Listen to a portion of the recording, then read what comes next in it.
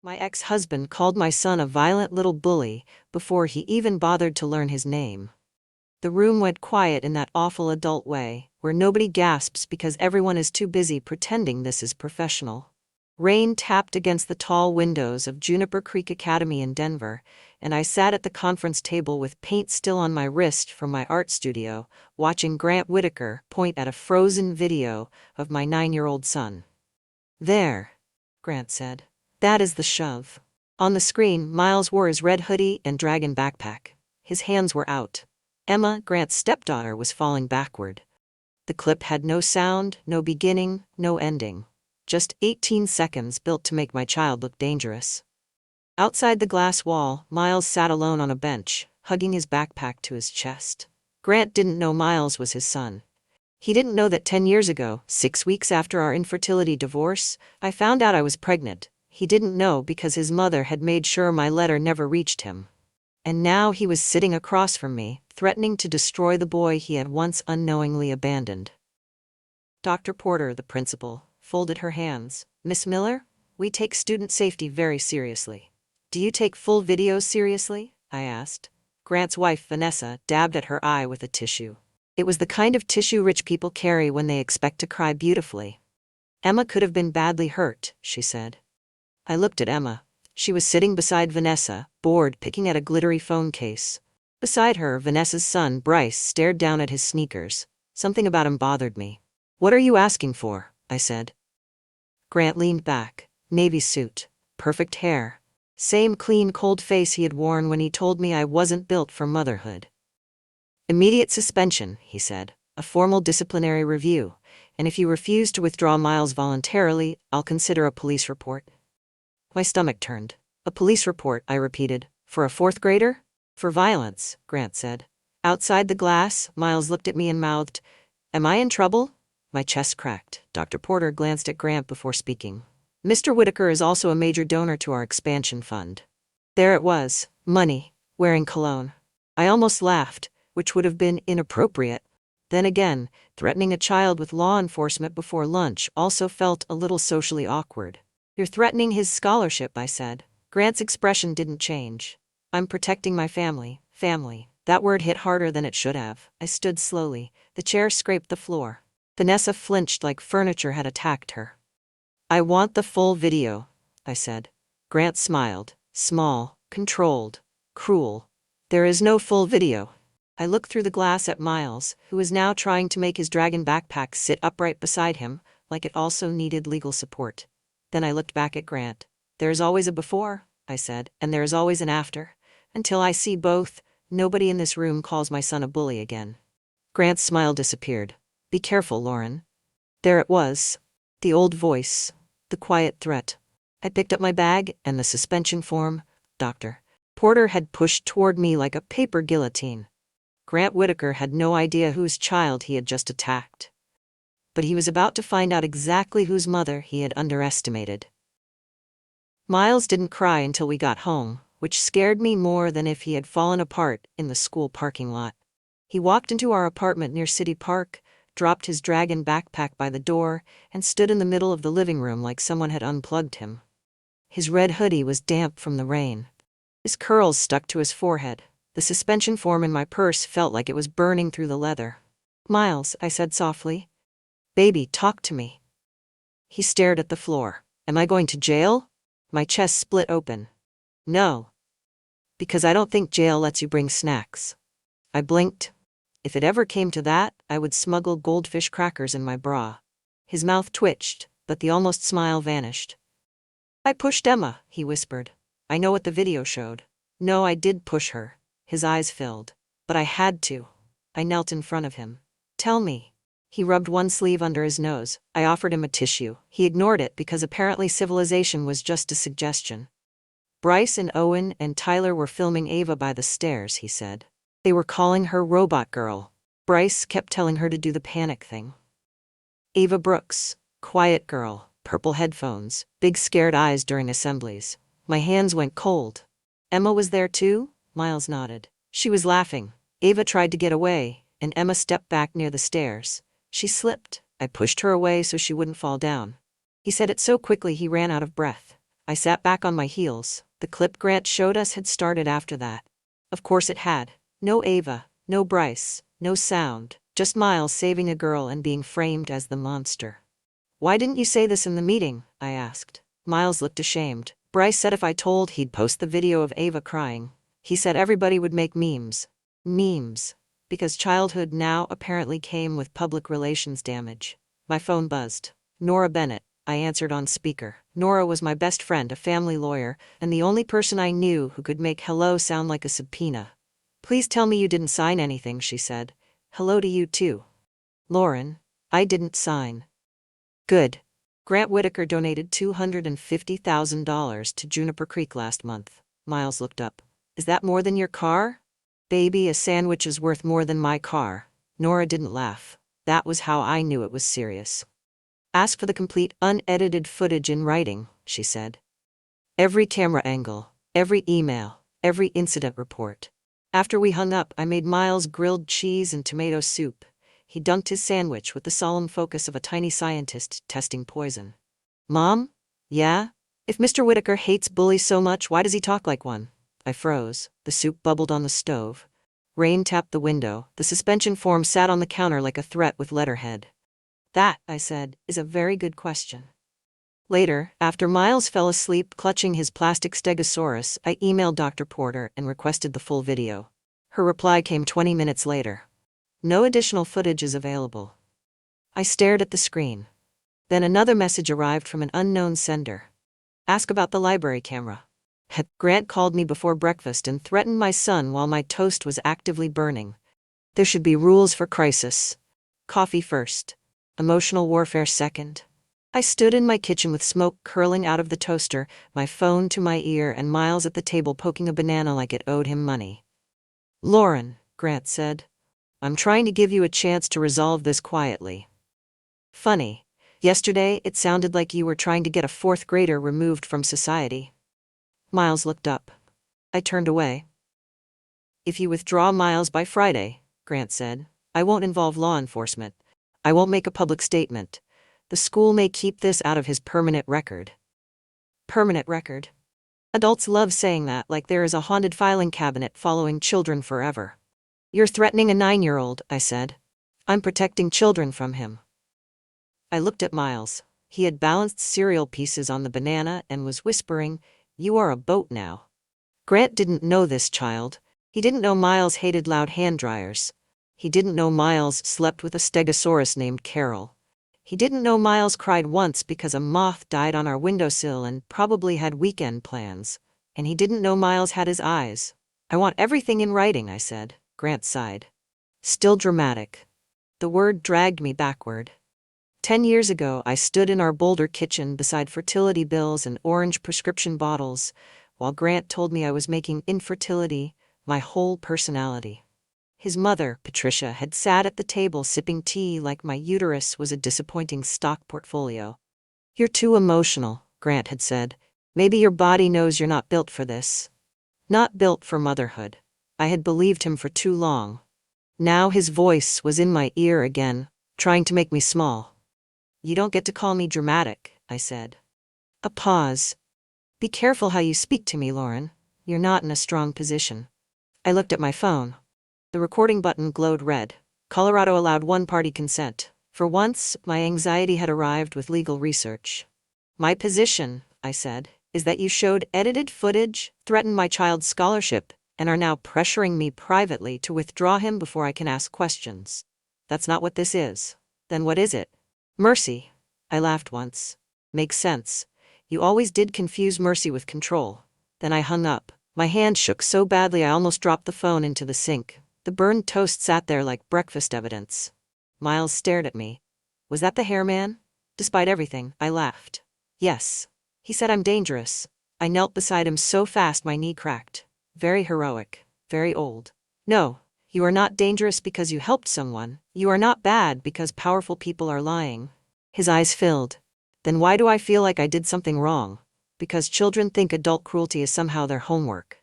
I held his face. "Feeling guilty doesn't mean you are guilty." He nodded slowly. "Can I still hate his hair?" "Privately, with dignity."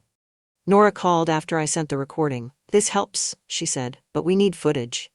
I got an anonymous message. It said library camera. She went quiet. Then someone knows there's another angle. My phone buzzed again. No subject. Unknown sender. Bryce has the original video on his phone. Then another message. Miles is not the only kid Grant is trying to silence. I walked into Juniper Creek Academy and felt every parent in the front office decide my son was guilty before lunch.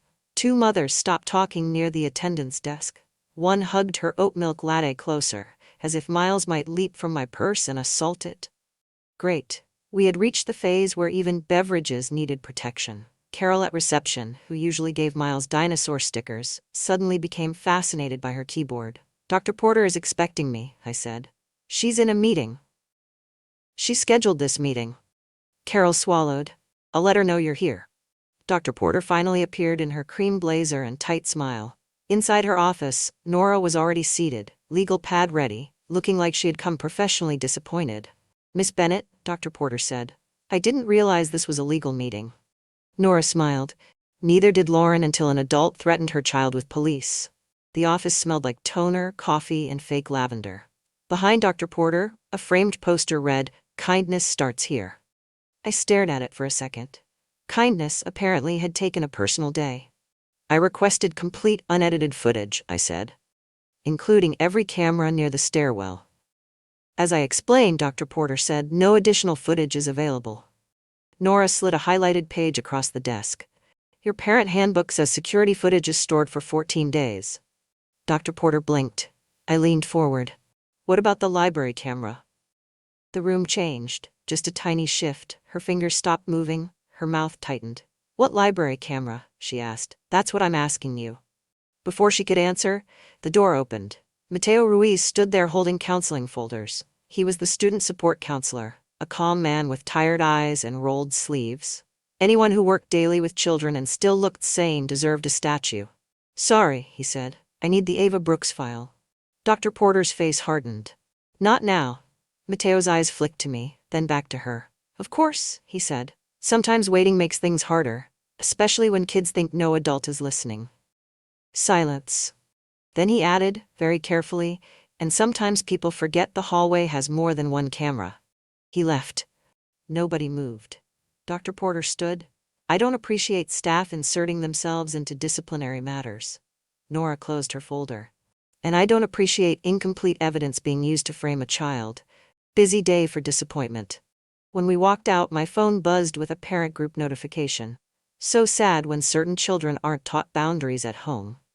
Praying for all victims. No names, of course. Cowards love passive voice. It lets them throw rocks while wearing sunscreen. Nora glanced at my face. Do not respond. I wasn't. You were making the misdemeanor face. We were near the exit when Vanessa stepped out by the trophy case. Camel coat, perfect waves, smile soft enough to hide teeth. Lauren, she said, sometimes the kindest thing is accepting a child needs a different environment. For Miles? And for Bryce, she said. He's been shaken since the incident. I froze. I had never told Vanessa that Miles said Bryce was involved. Nora caught it too. How was Bryce shaken? I asked. By an incident he supposedly didn't witness. Vanessa's smile flickered. Then her eyes went cold. Be careful, Lauren. I almost laughed. Apparently that was the Whitaker family motto. Outside, tucked under my windshield wiper, was a folded paper. Ask Ava's mother about the phone. Grant turned my son into a warning sign at a public library event, and somehow did it under a banner about dignity. The Ross Cherry Creek branch was packed that evening with damp coats, folding chairs, coffee urns, and parents who had clearly come for community safety, also known as gossip, with better parking. At the entrance, Grant's campaign brochures sat beside mini muffins. Protect every child. I stared at the slogan until my jaw hurt. Nora sat beside me in the back row. You okay? No. Good. Honesty is growth. I want to throw a muffin. Legally risky, emotionally fair. Grant stood at the front with a microphone, clean suit, clean smile, clean lies. Vanessa sat in the first row with Emma and Bryce. Emma looked bored. Bryce checked his phone like public accountability was bad Wi-Fi. When we ignore early signs of aggression, Grant said, we fail victims. We also fail the child causing harm. My hands curled around my paper coffee cup. He didn't say Miles's name. He didn't need to. Rumors at private schools move faster than stomach flu and with slightly less mercy. A woman in front of me whispered, "That poor little girl." Nora touched my elbow. "Do not choose prison," the touch said. Grant continued. "My family has personally experienced how frightening school violence can be. My family. 10 years ago, he told me he wanted a real family. Now his real son was being used as a villain in his fake moral speech." Jenkins texted me from our apartment. "Miles is fine. He says one baker's cake looks like emotional collapse." I agree. That woman was 82 and somehow my entire security system. I stood. Nora whispered, "Lauren." Too late. Grant saw me. The room shifted. I kept my voice steady. "Does accountability include showing complete evidence before labeling a child violent?" Grant lowered the microphone. "This isn't the appropriate forum for individual disciplinary matters. But it is appropriate to describe my son so clearly every parent here knows who you mean." Vanessa turned, eyes sharp. Grant's jaw tightened. "I'm speaking broadly." "No," I said. "You're speaking carefully. There's a difference." Nora stood beside me. "Miss Miller has requested preservation of all footage. We expect full cooperation." Bryce looked up, just once. Fear flashed across his face. After the meeting, parents clustered near the muffins, pretending not to stare while absolutely staring. I started toward the exit when a woman in a brown raincoat stepped in front of me. "Tanya Brooks?" I asked. She nodded. Her eyes were red. "Ava's mom." My anger softened. "How is she?" "Not good." Tanya looked toward Grant. "Ava said Miles helped her." My throat tightened. "She recorded some of it," Tanya whispered. "Before Bryce took her phone. The screen cracked. My brother got it to turn on today." Nora stepped closer. "Is the video still there?" "Some of it." Tanya's hands twisted around her keys. "But if I give it to you, Ava could lose her scholarship. I already got an email about her social adjustment concerns after Grant saw me near you." Grant was not just silencing Miles, he was squeezing Ava too. Bryce walked past us toward the exit. His eyes flicked to Tanya's purse. She saw it. So did I. Her fear changed into something harder. A mother recognizing a threat. She pulled out her phone. "I'll send it tonight," she whispered. Across the lobby, Grant laughed beside his campaign brochures. For the first time, I heard that laugh crack. Tanya sent the video at 11:43 that night, and by 11:44, my kitchen felt like a courtroom with worse lighting. Nora sat at my table, laptop open, glasses low on her nose. I stood behind her with cold hands, watching Ava's damaged file load one painful inch at a time. Miles was asleep down the hall. At least, I hoped he was. He had gone to bed with Carol the Stegosaurus and a book about volcanoes, because apparently when your life is exploding, your reading material should match. "The file is damaged," Nora said. My stomach dropped. "But not dead." "Please don't say that like a surgeon on television." "I'm a lawyer. We outsource comfort." The video opened. The image shook. Lockers. Sneakers. Fluorescent light on tile. Then Bryce's voice. "Come on, robot girl, do the panic thing." Ava backed toward the stairwell. Purple headphones in her hand, face crumpled. Bryce and two boys blocked her. Emma stood near the stairs, laughing. Then Miles appeared. "Leave her alone," he said. His voice cracked. Bryce sneered. "What are you gonna do, Miller? Draw me a sad dinosaur?" Nora muttered, "I hate him in several jurisdictions." Then it happened fast. Ava tried to move. Emma stepped backward, slipped near the stairs. Miles lunged, shoved Emma away from the edge back and fell hard on his elbow. Emma landed on the hallway floor. Bryce yelled, "Delete it!" The screen went black. I gripped the chair. "That clears him," I whispered. "It clears him," Nora said. "And it proves Bryce was harassing Ava." Relief hit first, then rage. Someone knew. Grant, Vanessa, the school, maybe all of them. Someone knew Miles had protected a scared girl and still let him be called violent. My phone buzzed. Voicemail. Unknown number. Grant's voice filled the kitchen. "Lauren, I heard you've been contacting other parents. Stop before you create consequences you can't control. Miles's fatherlessness is already enough instability. Don't add public humiliation." The message ended. Fatherlessness. The word sat between us like a blade. Nora looked at me. "Lauren, not now." "Yes, now." I closed my eyes. 10 years folded in on itself. The fertility clinic, the divorce, the pregnancy test 6 weeks later. Me laughing because surely the universe was joking, then crying on the bathroom floor until my knees hurt. "I tried to tell him," I said. Nora stayed quiet. "I sent a certified letter. It came back refused. Then Patricia found me outside my studio. Grant's mother. Pearls, perfume, and the emotional warmth of a tax audit. She said Grant would never believe the baby was his. She said they'd claim I cheated. She said my child would grow up with my shame attached to his name. Nora's jaw tightened. I was broke, sick, terrified, I said. I thought keeping Grant away meant keeping Miles safe. My voice cracked. Nora reached for my hand. Do you still have the letter? I nodded. In a shoebox with medical records and earrings I should have pawned. Organized suffering is my brand. Get it.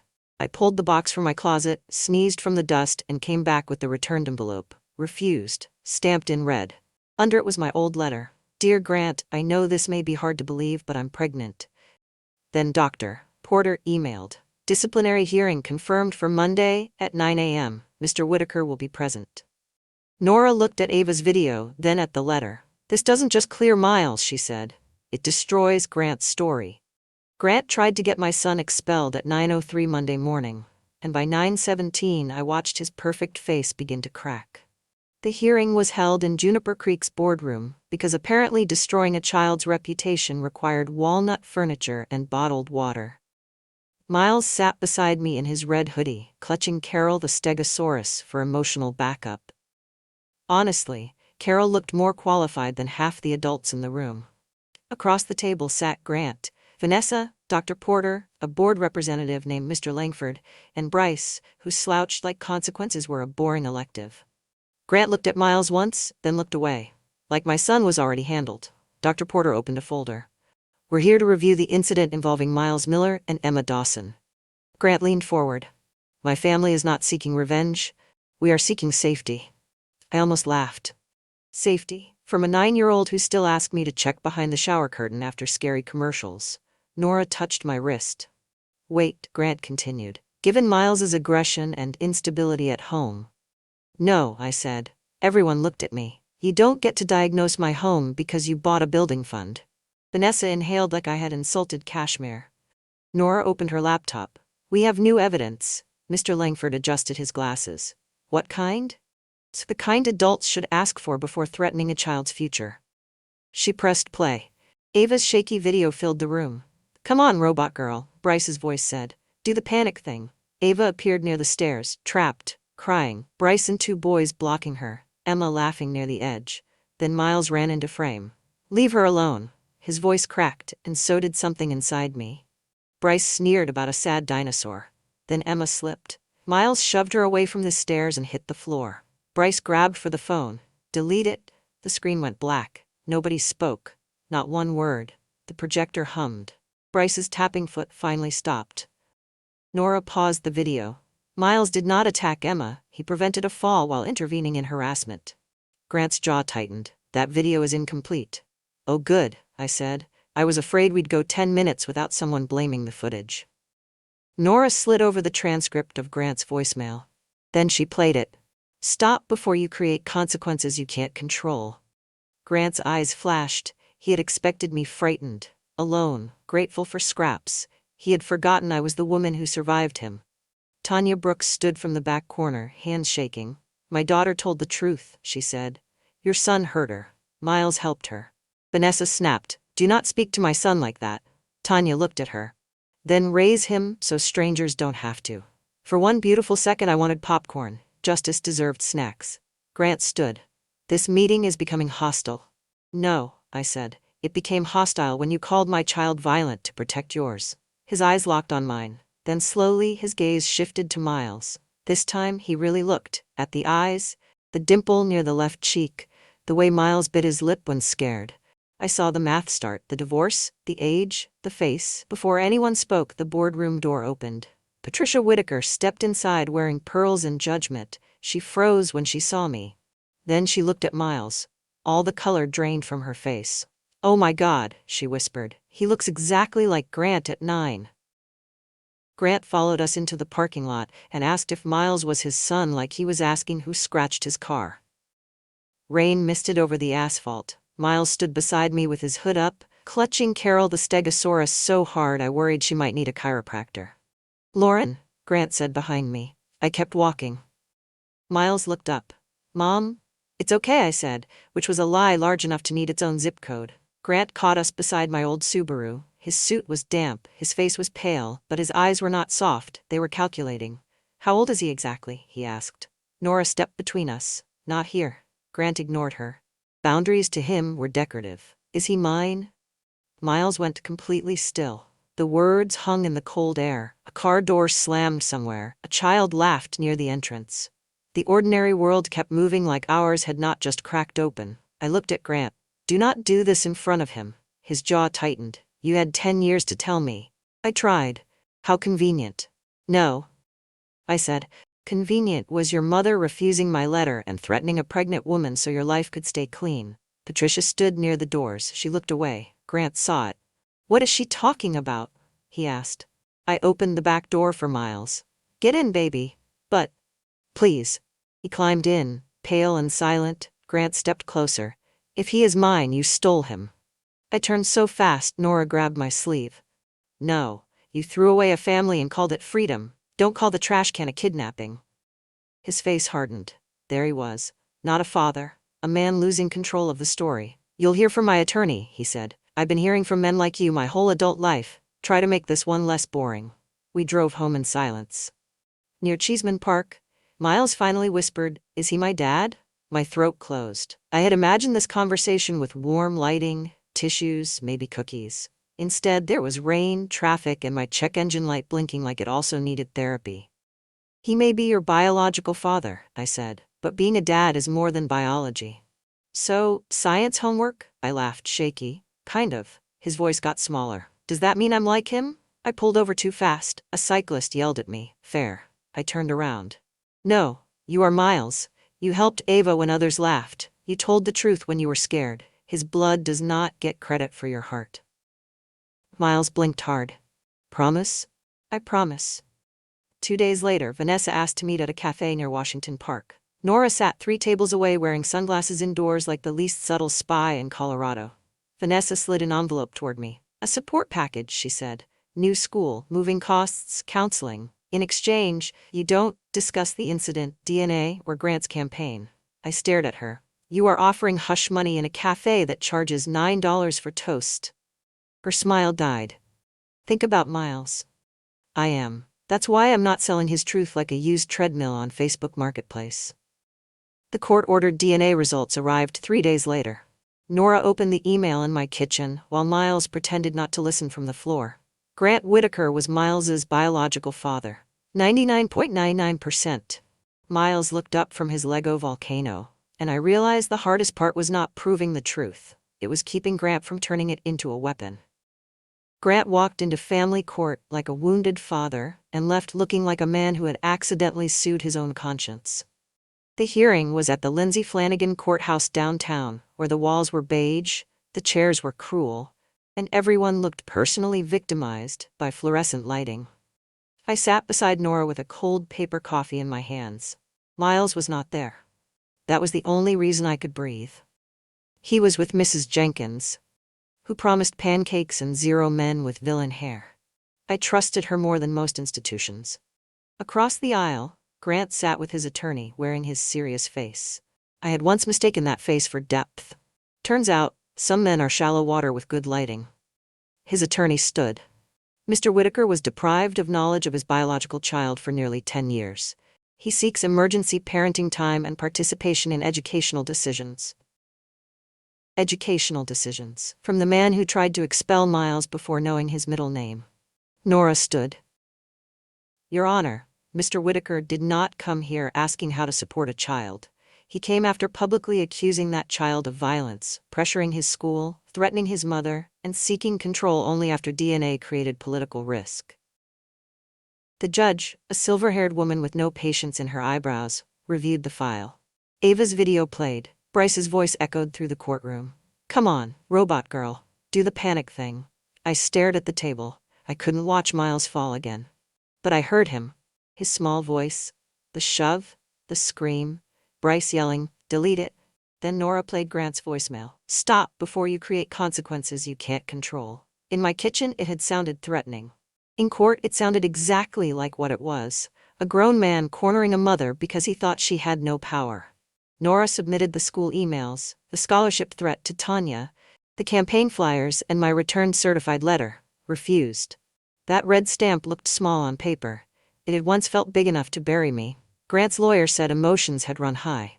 The judge looked at Grant. Did you refer to this child as dangerous before confirming the facts? Grant hesitated.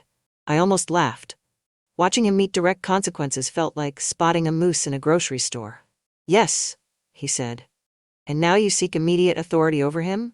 He is my son. The judge closed the file. Biology is relevant. Conduct is also relevant. The order was not dramatic.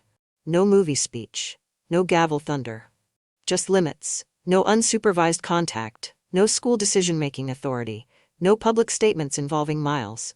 Any future contact would begin through a licensed family therapist at Miles's pace. Grant stared straight ahead. I whispered to my cold coffee, "You beautiful, disgusting little cup." Nora glanced over. Did you just bond with courthouse coffee? It's been a week. Juniper Creek issued a formal apology to Miles and Ava. Bryce was suspended pending review. Vanessa resigned from the parent committee with a statement about privacy and healing, which was rich coming from a woman who tried to buy my silence over overpriced toast. Grant's campaign collapsed quietly, not a fireball. More like a souffle meeting reality. Someone leaked the voicemail timeline. His slogan, "Protect Every Child," became a local joke by Monday. 2 weeks later, his attorney offered a settlement. Legal fees, therapy costs, Miles's tuition through 8th grade, and a written admission that Grant acted on incomplete information.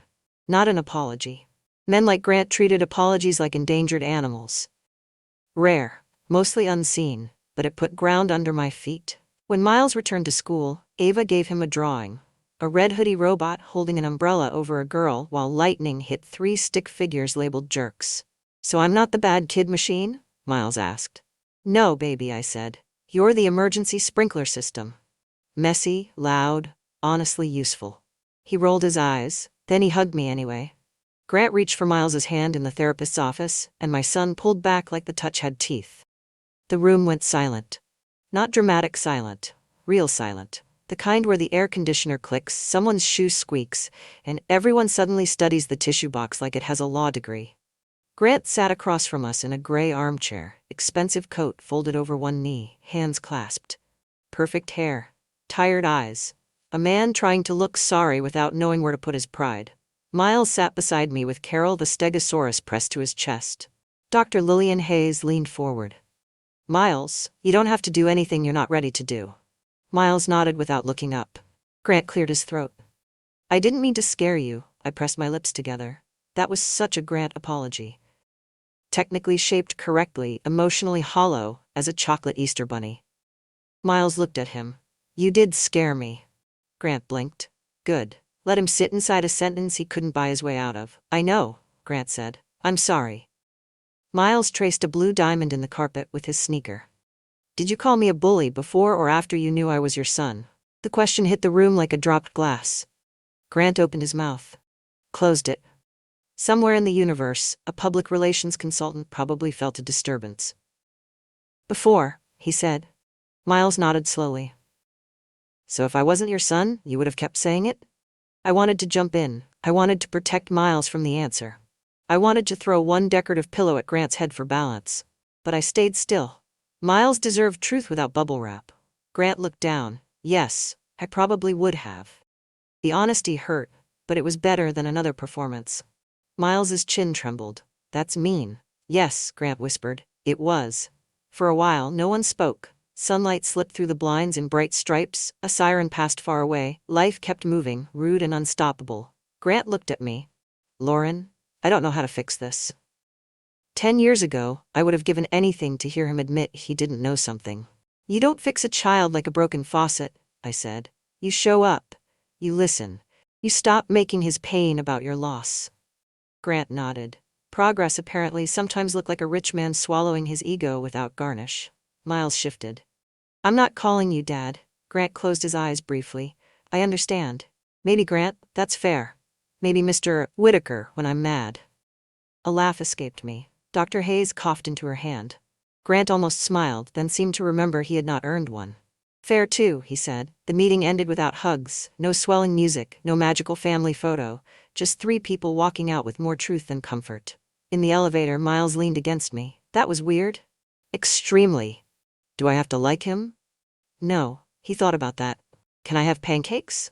Healing apparently required syrup. 6 weeks later, I reopened Saturday classes at my art studio near Colfax.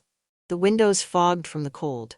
Tables were covered in paper, markers, glue sticks, and glitter that would still be ruining my life in 2047. Miles sat with Ava, both drawing robots. Mrs. Jenkins brought casserole nobody requested and everybody ate. Nora stood by the coffee pot, explaining that liability waivers were romantic in a legal sense. I watched Miles draw our family. Me with messy hair, him with a pencil, Mrs. Jenkins holding casserole like a weapon, Nora with a briefcase, Ava with purple headphones. At the edge of the page, he left a small empty space. "What's that?" I asked. "For what?" He looked up, eyes clear. "For people who earn it." My throat tightened. 10 years ago, Grant divorced me because he thought I couldn't give him a child. 10 years later, that child taught me what family really meant. It was never blood first. It was who stayed. A year later, Miles still didn't call Grant Dad. Sometimes he called him Grant. Sometimes Mr. Whitaker. Once, during a very tense board game, he called him the man currently losing at Uno, which was both rude and accurate. Grant kept showing up for supervised visits. Not perfectly. Some weeks he tried too hard and sounded like he had downloaded a parenting manual written by aliens. Other weeks he sat quietly while Miles talked about volcanoes, Ava's new service dog, or why school pizza was a human rights concern. But he showed up, and Miles learned he could decide how much space someone got in his life. Juniper Creek changed too. Dr. Porter resigned before winter break. Mateo became head of student support.